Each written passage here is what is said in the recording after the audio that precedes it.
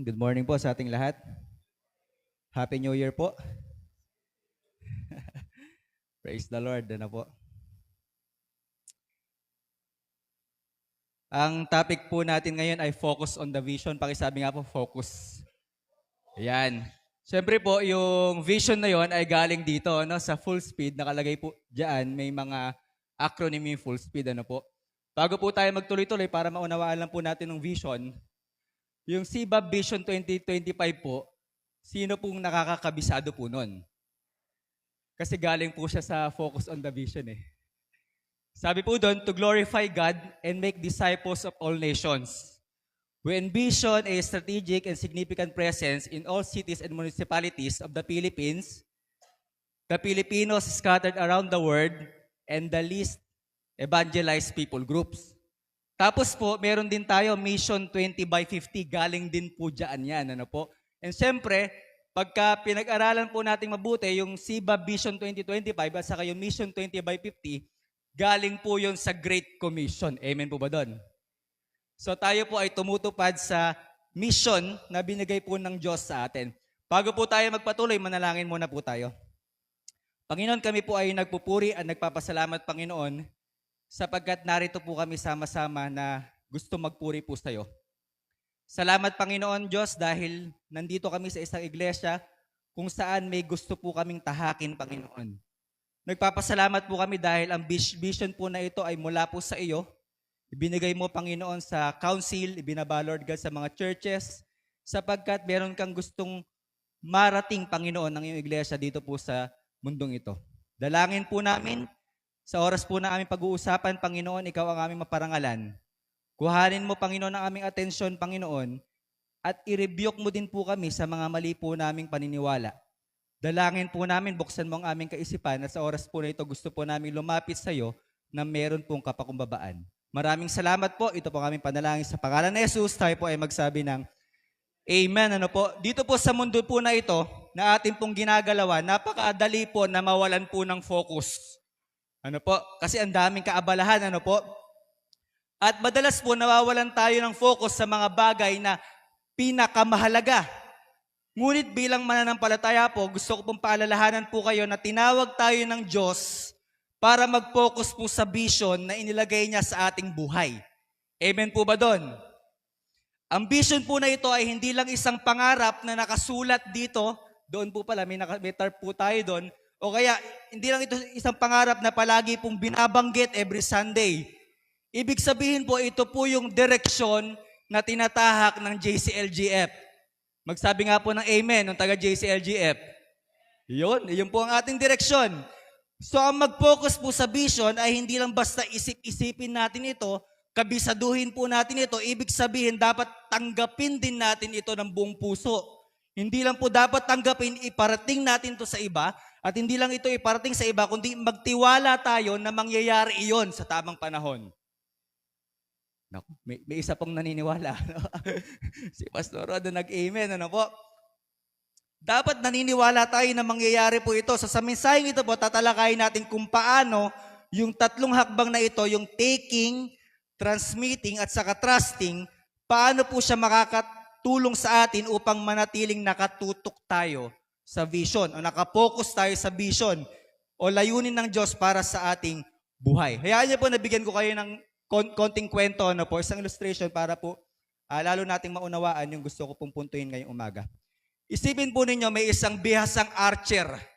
Mamamana, ano po, sa gitna ng gubat, may pana siya siyempre sa kanyang kamay, may arrow na nakatutok sa malayong target. Nakikita niya yung target ng malinaw, ngunit napapaligiran po siya ng napakaraming distraction. Meron pong distraction yung wasiwas po ng hangin, yung mga kaluskus po ng mga puno, at iba pang mga ingay sa paligid, maaaring mga nagbabagsakan po yung dahon. Madali siyang madidistract, pero mas pinili niyang ituon yung kanyang paningin sa target. Bago bitawan po yung araw, huminga siya ng malalim. Siyempre, masyado po siya nakapokus. Pagkatapos po, pinakawalan ng araw. Tumama ito sa target at hindi po siya nagmintis. Ito pong kwento na ito ay nagpapakita po ng kahalagahan pagdating po sa pag-focus o pagtuon ng buo nating atensyon sa pinapagawa ng Diyos sa atin. Gaya po ng archer na ito, hindi hinahayaan niya na yung mga distraction ay maging hadlang upang matamaan ang target. Tayo rin ay dapat nakatuon ang ating paningin sa layunin po ng Diyos. Ano po? At syempre po, napakaraming pagsubok at tukso sa ating buhay. Gusto nating sumuko, napakalapit ng matapos ata, ano po, ng Mission 20 by 50, parang lalagay natin ng time, parang hanggang ngayong taon na lang, ano po. Pero dapat maniwala po tayo sa pinapagawa po ng Diyos. Kaya niyo pong basahin ko muli yung ating talata na pagbubulay-bulayan po, na matatagpuan sa Habakkuk chapter 2, verses 1 to 4. Sabi po sa Habakkuk chapter 2, verse 1 to 4, aakyat ako sa bantayan at hihintayin ang sasabihin ni Yahweh sa akin at ang tugon niya sa aking daing. Si Habakkuk po nagsasalita. Verse 2, ito ang tugon ni Yahweh. Isulat mo ng malinaw sa mga tapyas ng bato ang pangitaing ipahahayag ko sa iyo upang sa isang sulyap ay mabasa agad at maipabatid ito. Isulat mo ito sapagkat hindi pa panahon upang ito ay maganap. Ngunit mabilis nalilipas ang panahon at mangyayari ang ipinakita ko sa iyo. Bagamat parang mabagal ito, hintayin mo. Tiyak na mangyayari at hindi maaantala ito. Ito ang mensahe. Ang hambog ay mabibigo sa kanyang pagmamataas, ngunit ang matuwid ay mabubuhay sa pamamagitan ng kanyang pananampalataya. Pagpalain nawa pagbabasa ng salita ng Diyos. Ayaw po i-retell ko muli istorya na po. Si Habakkuk po ay nagpunta sa watchtower, yung bantayan bilang isang bantay, bilang isang watchman. At hindi lang siya naroon para magbantay, kundi meron siyang nais makuha mula sa Panginoon. Yung pangitain o yung vision. Pagkatapos po, dahil siya ay naghihintay na magkaroon ng vision sa Panginoon, sa madaling sabi, sumagot po ang Diyos. Ano po? Sabi po ni Lord sa kanya, isulat mo yung vision na yon sa tablet, sa bato. Ano po? Isulat mo doon. Bakit? Para mabasa agad, para maipabatid agad. Habakkuk, dahil vision yan, hindi pa yan mangyayari ha. Kaya nga kailangan mong isulat. May inaasahan ka na mangyayari. Sabi po ni Lord kay Habakkuk, mag-antay ka lang Habakkuk, siguradong mangyayari yan. At ano po yung nakasulat? Sabi, ang hambog ay mabibigo sa kanyang pagmamataas, ngunit ang matuwid ay mabubuhay sa pamamagitan ng kanyang pananampalataya. Yun po yung nakasulat. Ano po? So ito pong aklat po ni Habakkuk ay isang prophetic book. Ibig sabihin, propesiya na magaganap sa hinaharap. Kung ang ibang prophetic book po sa Old Testament ay naglalaman ng mga tawag doon propesiya na ipinapaabot ng propeta sa mga tao, ito naman pong aklat ni Habakkuk ay kakaiba. Ano po? Ito po ay naglalaman ng pag-uusap ng Diyos at ng tao. Medyo kakaiba po yun pag binasa po ninyo ito. Ito po ay palitan ng salita ng Panginoon at ng tao. So ito pong verses po na ito ay tungkol sa injustice, violence at corruption na nangyayari sa Huda at yung pagtaas po o yung rise ng Babylonian Empire. So sa madaling sabi po, hindi tungkol sa atin ito, pero hayaan niyo po na kumuha tayo ng mga principles mula dito para po sa focus on the vision. Amen po ba doon? Okay po. Number 1, para po makapag-focus tayo sa vision, we need to take the vision. Sabi po sa verse 1, aakyat ako sa bantayan at hihintayin ang sasabihin ni Yahweh sa akin at ang tugon niya sa aking daing. Sabi po ni Habakkuk dito, kukunin ko yung vision mula sa Panginoon.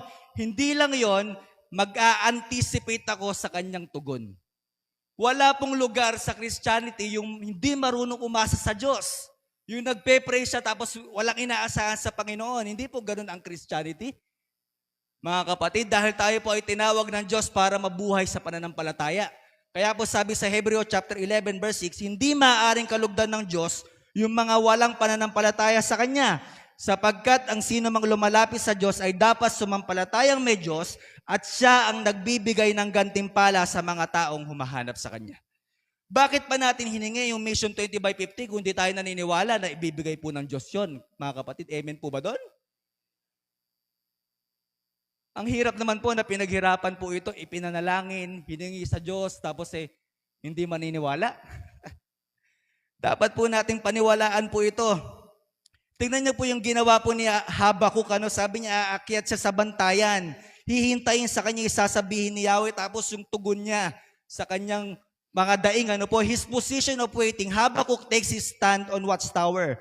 Ano po ibig sabihin nun? Nagsisimbolo po ito ng lugar kung saan may spiritual vigilance and expectation. Dapat ganun po tayo, ano po? Si Habakuk po na tumayo sa bantayan, watchtower po yon, bilang isang bantay, watchman na naghihintay sa sagot ng Diyos. Yung isang watchman po during their time, itinalaga po sila sa mga pader. Nandun po sila sa taas ng watchtower, nagbabantay, nag-aabang ng anumang panganib na darating. Ano po? At tulad ng, example po, yung mga kalaban na mananakop, inaabangan po nila yon. Madalas po sila nakatayo doon gabi-gabi, nagpupuyat po sila para magbigay ng babala sa lungsod sa posibleng pag-atake. Ganun po ang ginagawa po ni Habakuk noong panahon po na yan. So mahalaga po ang papel ng isang tagapagbantay. Ano po? At ito ay nangangailangan ng pagiging mapagmatsyag. Dapat palagi natin iniisip, Lord, medyo nangyayari na ba itong vision na ito? Yung Mission 20 by 50, Panginoon, lumalakad po ba?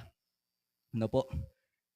Ito pong pagsasalarawan na ito, yung watchtower sa watchman, napakahalaga pag ginagamit po sa prophetical books. Ano po? Si Habakuk po dito ay isang spiritual watchman na nag-aalerto sa tao tungkol sa salita at babala ng Diyos. So bilang si Habakuk po ay watchman, tagapagbantay, ina-anticipate na yung sagot ng Panginoon. Yun po yung problema. Kaya po nawawalan tayo sa focus o nawawala tayo sa focus sa vision, hindi natin yung ginagawa. Una-una, baka hindi tayo naniniwala sa vision na bigay ng Diyos. Come on, mga kapatid. Baka kaya hindi natin ginagawa kasi hindi naman tayo naniniwala. Ano ba yun? 20 fellowshipping churches. 1,000 active members. 1 million fans. Una pa lang, kung hindi mo tinanggap yung vision na yon, hindi ka talaga maniniwala. Come on, mga kapatid. Mga kapatid ko sa Panginoon, bilang mga watchman, dapat po nating paalalahanan o dapat nating paalalahanan ang bawat isa na ang Mission 20 by 50 ay ang sagot ng Diyos sa ating mga panalangin. Amen? Pinag-pray po natin yon, mga kapatid. Sinagot tayo ng Diyos. Baka yung iba po sa atin ay umiiyak sa Panginoon, pinagpe-pray niya. Alam po ba ninyo sa prayer meeting po namin sa Quezon, palagi po namin pinagpe-pray yung 3 po na yun. Every prayer meeting, pinagpe-pray po namin. Kasi naniniwala kami, sagot yon ng Panginoon sa ating mga dalangin. Kaya dapat nating panghawakan, dapat nating paniwalaan yon. Biruin po ninyo kung si Habakuk, wala sa watchtower, hindi siya naniniwala na may vision na ibibigay ang Diyos sa kanila. Kawawa po ang mga Israelites. Pakisabi nga po sa katabi niyo, kapatid, maniwala ka. Dapat maniwala po kayo.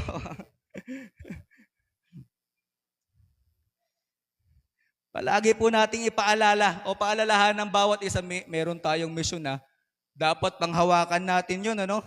At syempre, dapat makita nila sa atin na habang sinasabi natin ito, talaga itong si Pastor, paniwalang paniwala.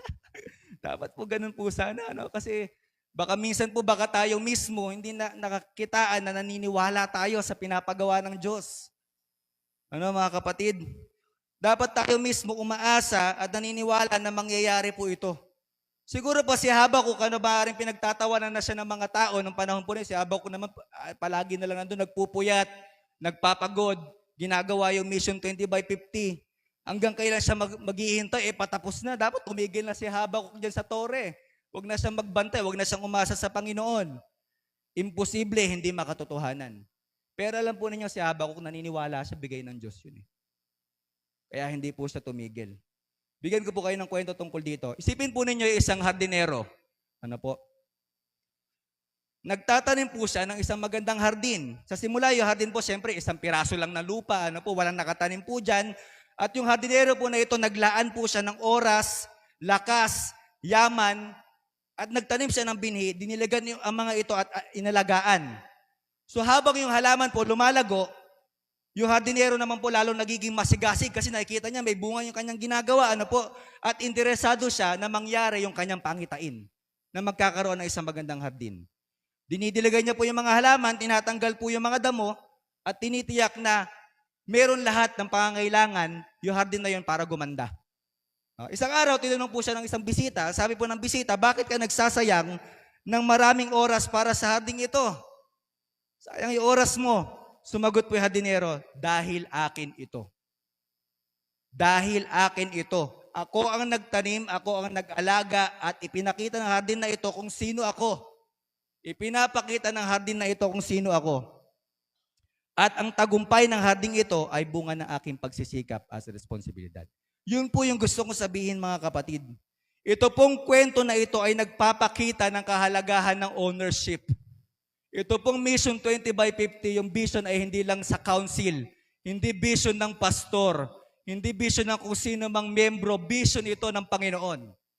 Amen po ba doon? Nag-aambag lang tayo sa Great Commission. Salamat nga sa Panginoon yung ating mga, kung sino man po yung utak po nito. Salamat sa Panginoon. Nandito tayo sa church kung saan meron silang nakikita. Merong ipinapagawa ang Panginoon sa kanila. So kailangan po, itong hardinero po na ito, hindi lang basta tinitignan niya yung hardin bilang isang napakagandang proyekto, kundi isang bagay na kailangan po niyang tapusin hanggang mangyari yung kanyang nakikita. Tinitignan niya po ito bilang kanyang responsibilidad, isang bagay na buong puso niyang pinangangalagaan, at ang ownership po ay nangangahulugan ng pagtanggap sa buong responsibilidad at pagiging handa na mag-invest sa tagumpay nito. Kaya nga po meron nakalagay dyan na parang ginawa na po natin ang lahat, di ba? Meron din pa tayong pa-training para magawa natin ng Mission 20 by 50.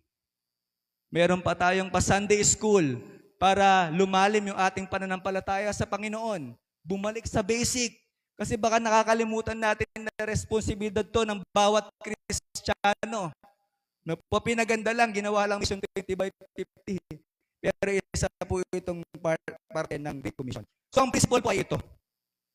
Focusing on the vision begins with taking ownership of the vision God has given and waiting expectantly for His guidance. Muli po kaya tayo nawawala, na out of focus, kasi hindi natin tinatanggap yung vision na ito na mula sa Panginoon. Sa kanila lang yan. Huwag na natin gawin. Sila lang naman ang kailangan tumarabaho. Sila lang naman yung mga may sweldo. Sila lang naman yung mga may ministry. Sila lang naman yung mga may posisyon. Dapat sila lang gagawa nila. Vision nila yan. Nagkakamali po tayo, mga kapatid. Ang bawat Kristiyano, responsibilidad nila ipangaral ang salita ng Diyos. Amen po. Number 2, para makapag-focus po tayo, we need to transmit the vision. Sino po dito yung habang kino-communicate niya yung vision, lalo niya naiintindihan at nauunawaan? Habang tinuturo niya yung salita ng Diyos, lalo niya naiintindihan at nauunawaan. Sabi po sa verse 2, ito ang tugon ni Yahweh. Bakit tumugon po si Yahweh? Naghihintay ng sagot si Habakuk. Siyempre, dahil naghahantay siya ng sagot, sumagot ang Panginoon. Ano pong sabi? Isulat mo ng malinaw sa mga tapyas ng bato ang pangitaing ipahayag ko sa iyo upang sa isang sulyap ay mabasa agad at maipabatid ito. Ang isusulat po sa tapyas ng bato ay vision of the future. No? Kaya po may vision statement kasi hindi pa nangyayari, kundi inaasahan natin na mangyayari. Amen po ba doon? Kaya kami po sa church, pinatarp din po namin yon. Maganda na hindi lang nakasulat sa bato, buti po hindi nakasulat sa bato. Sa atin po nakatarp. Nakasulat po sa tarpaulin. Basahin po ninyo dun po sa likod po ni Brother Hercules. Nandyan po yung vision statement sa mission statement. Sa church po, pinapakibisado po namin yan sa mga primary leaders. Dapat alam po nila yan. Dapat alam nila yung mangyayari sa church. Alam nila inaasahan na nakikita ng JCLGF. Pinapakabisado po namin yan. At para ganahan po sila, may 200 pesos po pagdating po sa may mga kabisado. Alam po ninyo, ang galing na motivation pala ng pera. Joke lang po. Sabi, taas po sila ng taas ng kamay, pastor. Pambihira, sabi ko, wala pa akong, kakasabi ko lang po meron na nagtataas ng kamay, kakabisaduhin ko po. Ang galing nyo ako Pagka merong prize talagang ayaw nyo ba ng eternal life lang? Dapat kabisado po yan, po. Kabisaduhin po natin yung po natin, yung vision statement, po. So yun po yung nangyari. Bigyan ko po kayo ng principle mula po sa verse po na ito. God's plan, binasa ko na ba? Okay. Principle pa, next po. God's plans and purposes should be clearly communicated so that others can faithfully follow them. Ang hirap naman po kasi sundin yung isang vision na hindi naiintindihan. Ano ba ibig sabihin dito? Ba't ba nakasulat to? Pastor, pwede bang pakitagalog? Maganda rin ho yun, di ho ba? Para maintindihan kasi yun yung purpose eh. Sabi ni Lord, kailangan nakasulat siyang mabuti. Bakit? Para maipabatid agad. Yung babasa, maiparating agad sa kanya. Ano po? Yung pagsusulat po ng vision, sa tapyas po ng mga bato, ito po ay isang cultural practice during their time. Kung saan po yung mga mahalagang mensahe, yung utos o prophecy, ay inuukit sa mga tabletas. Karaniwan pong gawa po siya sa clay o kaya bato. Upang mapanatili po ng matagalan at maiparating po sa publiko. So sa ganitong paraan po, nasisigurado na ang mensahe ay malawakan nalalaman. Kasi po talagang nakasulat po siya, hindi agad siya nabubura. Maaring hindi siya nadudumihan, napakaganda po ng pagkakasulat. Ano po? Bigyan ko po kayo ng illustration dito para lalong lumiwanag yung principle po na ito. Isipin po ninyo, nagpapatayo kayo ng bahay. Okay po? Naitayo nyo na yung pundasyon, tumataas na po yung mga pader, nakapaglagay na kayo ng bubong. Pero pagkatapos, nagtataka yung mga manggagawa. Ang sabi po nila, ano ba itsura ng tapos na bahay na ito? May mga pader na, may mga bubong na, pero ano ba itsura? Ngayon, kung wala pong malinaw na plano, walang blueprint, magkakaroon po ng kalituhan. Ito po. May mga manggagawa na baka magtayo ng kwarto sa maling lugar. CR pala yun. Ano po? Doon po nilagay yung kwarto. At iba naman gagamit ng maling materyales. Hindi base sa gusto ng may-ari. Sa huli, yung pagkakagawa po ng bahay, hindi po malinaw. Hindi po maayos. Hindi maganda yung produkto. Ngunit kapag maliwanag po o naipaliwanag ng arkitekto yung plano, ipinapakita sa mga manggagawa yung blueprint, nagbabago po ang lahat. Alam na alam po nila, alam ng bawat isa kung ano yung dapat gawin, kung saan ilalagay yung mga pader, kung saan yung mga bintana at pintuan, kung saan po ilalagay yung aircon at CR, at kung anong materyales ang gagawin. Alam na alam po nila yan. Ang malinaw po na vision ang gumagabay po sa buong proyekto. Yung Mission 20 by 50, hindi po siya mahirap kabisaduhin. Napakadali nga po, pinadali nga po nila. Mas mahirap pa po yung SIBA Vision 2025 eh. Na po yung Mission 20 by 50 talagang literal na literal. Ano talaga may numbers. 1,000 active members. Malabo po ba yun? 1 million funds. Kailangan ng pera para tumakbo yung mission. Malabo po ba yun mga kapatid? Minsan po nakasulat pa. Nakalagay pa po sa tarpaulin. Nakasulat po siya. So kung wala pong malinaw na komunikasyon, maaari po tayong magtayo ng isang bagay na hindi tumutugma sa kalooban po o plano ng Panginoon sa ating buhay. Ang challenge ko po dito sa part po na ito mga kapatid, kabisaduhin po natin yung vision sa mission ng JCLGF. Amen po ba? Dahil pag kami nakikita, may gagawin. Pagka wala nakikita, wala pong gagawin. Salamat muli sa Panginoon dahil nandito po tayo sa JCLGF kung saan ang simbahan na ito, meron po silang gustong marating. Kung hindi po, parang nagpalit lang po kayo ng simbahan, ng pangalan ng simbahan. Papasok po kayo sa church, lalabas, ganun pa rin kayo. Na parang banal na banal tayo paglabas. Di ba? Gaganong ano, nagpalit lang po tayo ng simbahan. Pero salamat sa Panginoon. Itong church na ito may pinapagawa siya. Amen po. Pangatlo, paunti ng paunti po yung nag-amen na. Trust the vision. Sa verse 3, ganito po yung ating mababasa. Sabi po doon, isulat mo ito sapagkat hindi pa panahon upang ito ay maganap. Ngunit mabilis nalilipas ang panahon at mangyayari ang ipinakita ko sa iyo.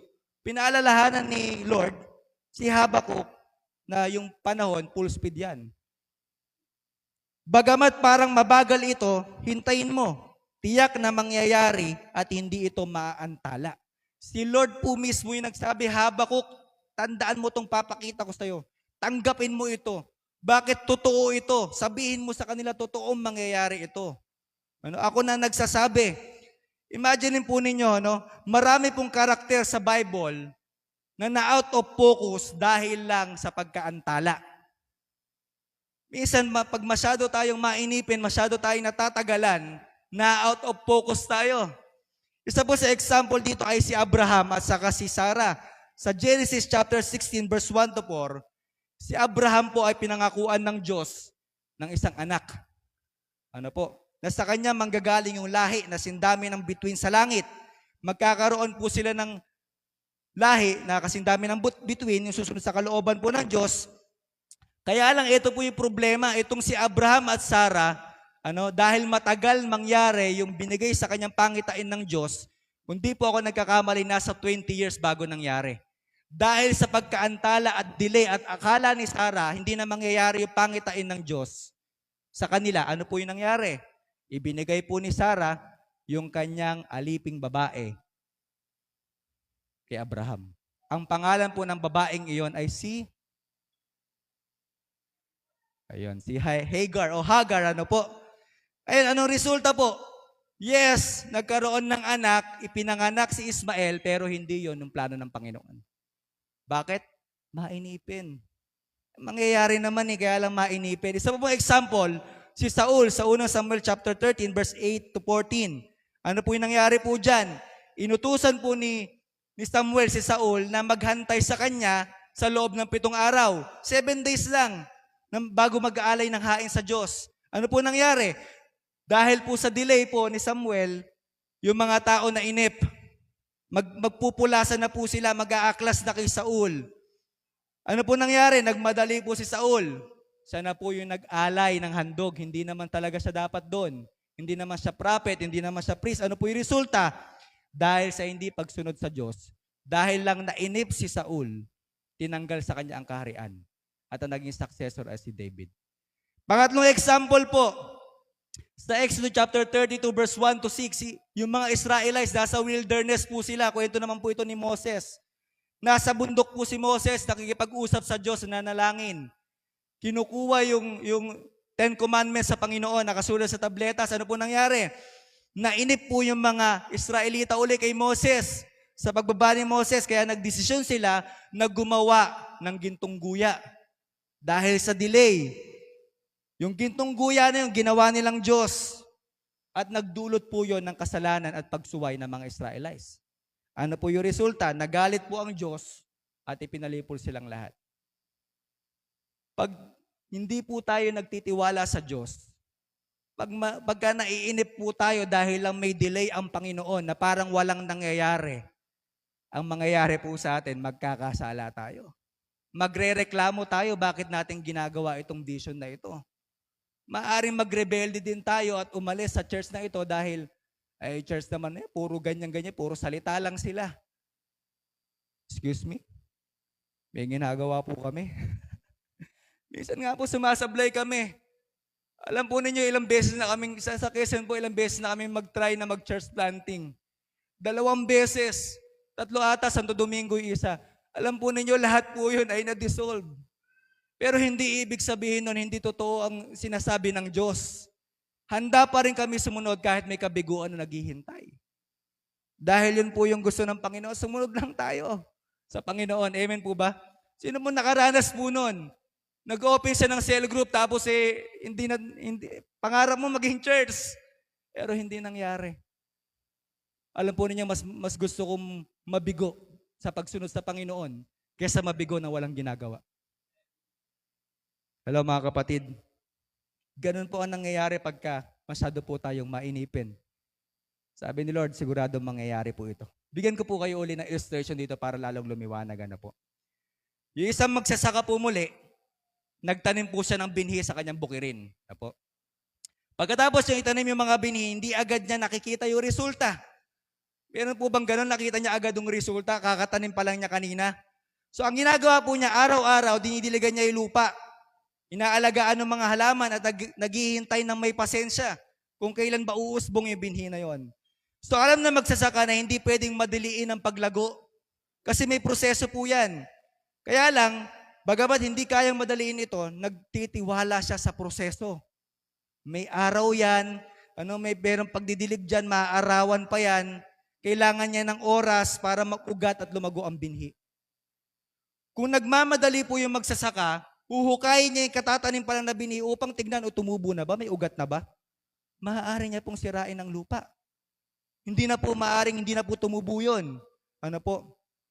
Sa halip po, kailangan niya magtiwala na ang binhi po ay tutubo. Amen po ba doon? Ayon sa panahon at plano po ng Diyos.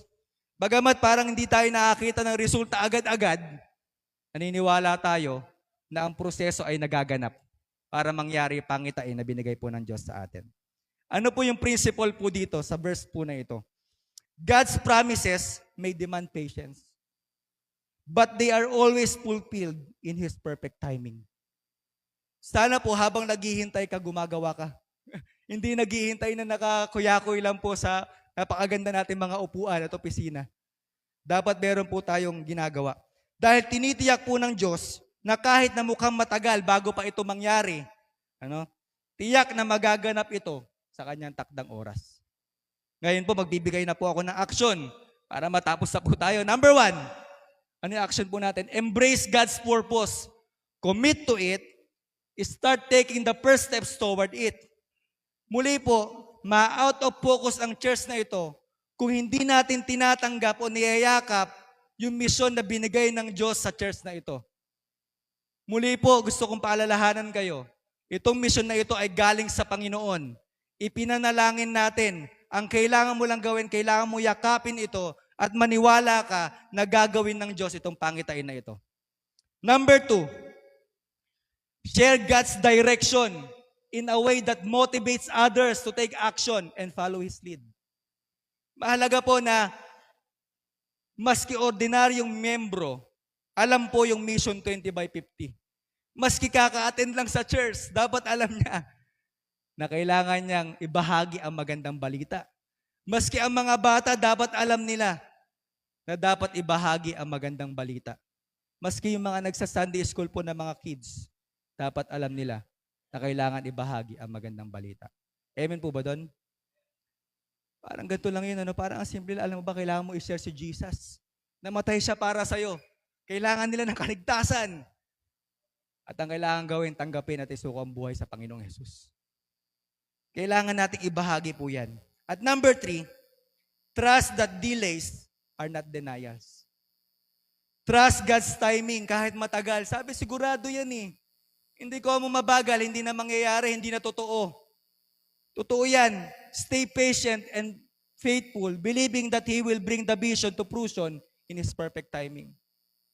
Maniwala at magtiwala pa rin po tayo. At pang-apat po, ito yung nalampasan nating verse kanina. Next po. Sabay-sabay nga po tayo. 1, 2, 3, go! Ang yabang mo.